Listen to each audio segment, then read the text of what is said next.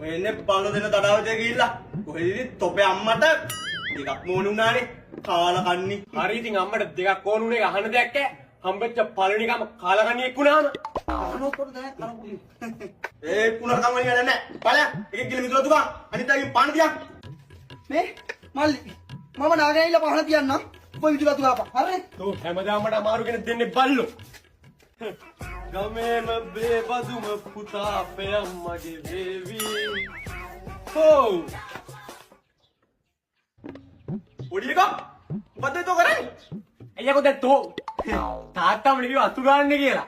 අයියා ගියා පාන දියන්න මං අතු ගන්නවා. ඕහෝ අතු ගාන? තෝ මොකෙන්ද බලුවේ අතු ගාන්නේ? හරකෙක් නෑ. අතු ගන්න ඉදලෙන් නැතුව මොකෙන්ද තාත්තේ? බලපන් බල්ල තෝ අතු ගාන ඉතලෙන්ද කියලා. මොකෙන්ද දාන්නේ තාත්තේ? මිදුල අතු ගන්න ඉදල.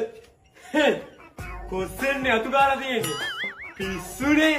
අපි දෙන්නත් තඩාවතේ ගිහලා මොන හරි ජරාවක් ගාලා තෝගේ ආච්චිට ඉඳපන් තාත්තා පරබල්ලා දඩාවතේ ගිහින් එනහම කරුත් එක ලොකු එකා ඉන්න තැනකින් වරේ තොපිලා දෙන්න කොයි හරි ගිහලා ජරාවක් ගාලා දිනවා අහුවෙයිනේ අනේ තාත්තේ මම මොන ජරාවක් ගෙවුනේ තාත්තේ අයියාපල්ලා ඕක මැරෙන්න ඕනේ තාත්තේ මම මොන හරි ගෙවුවන නෑ හිටපන් ලොකු එකා මේ වරේ ඉඳපන් අයියෝ එදානේ දෙරියම් දෙන්නේ.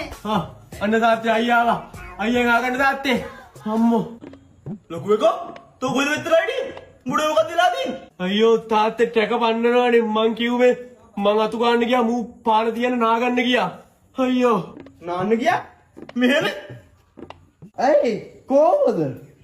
ආ වතුර ටික කොහෙද හරියට නාගන්න දෙන්නේ නැහැ නේ දෙරියම් දෙනවනේ. තෝ නෑවේ කොහමද හෙල්මට් එකක් දාගෙන හෙල්මට් දාගෙන හෙල්මට් එක ගලවන්න අමතක වෙලානේ.